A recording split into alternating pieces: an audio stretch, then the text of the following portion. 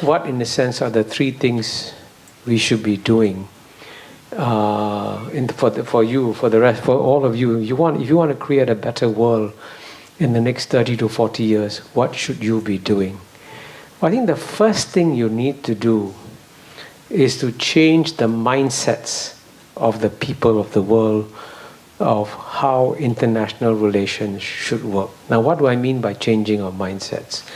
And I use a very simple boat analogy to explain what the change of mindset requires. In the past, when 7.5 billion people lived in 193 separate countries, it was as though they were living in 193 separate boats, right? And so, as you know, when you're on a boat, you have captains and crews who take care of the boat, and normally you have rules to make sure that boats don't collide in the world. And that's what I call the 1945 rules-based order. Now, what's happened is that in the last 70 years plus, the world has shrunk. It has become very small, very interdependent place. So now the 193 countries are no longer on 193 separate boats. The 7.5 billion people who live in 193 separate countries are now living in 193 separate cabins on the same boat.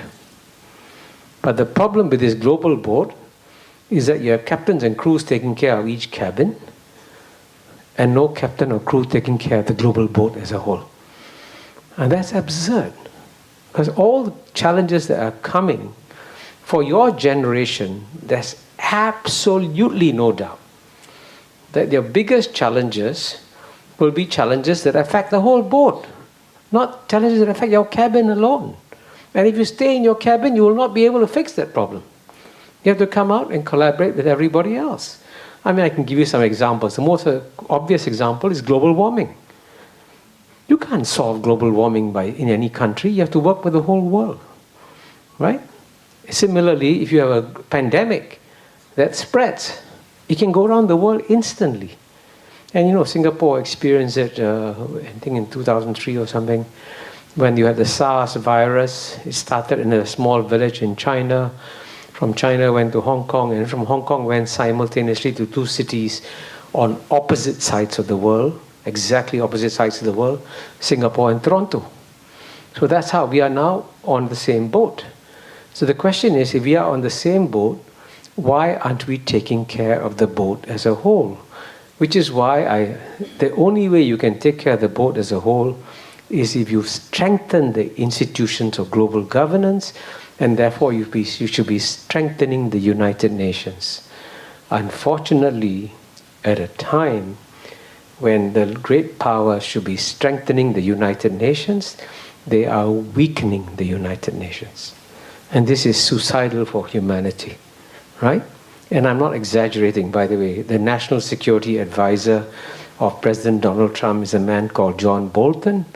And somebody asked John Bolton, what should we do about the UN? He said we should take a giant saw and cut the building into half and throw away half of it. So that's John Bolton. Now, at a time when you should be doubling the size of the UN, he wants to cut the UN into half. And that's an act of enormous stupidity at this time in human history. So that's the first thing that you need to do. The second thing you need to do is, as I mentioned to you earlier on, one of the most sensitive challenges we are facing is the divide between Islam and the West.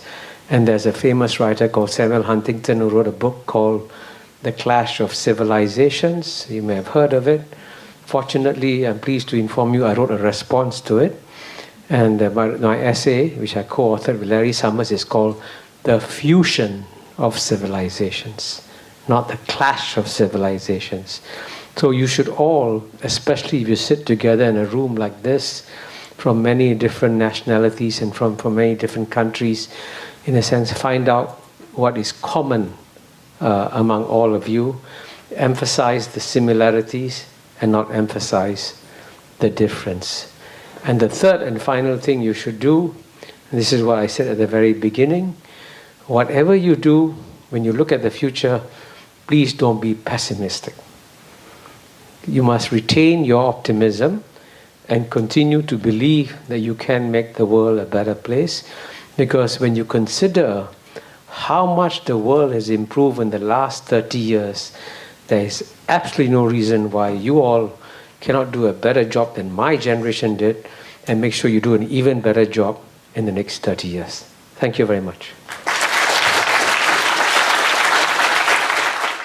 朋友都知道我是很挑剔的，防晒乳我选 KISS 皇家呵护抗光清爽高防晒凝露，因为它有媲美蓝光神盾的抓藻植萃，保护我在阳光下延缓肌肤老化，维持青春弹力。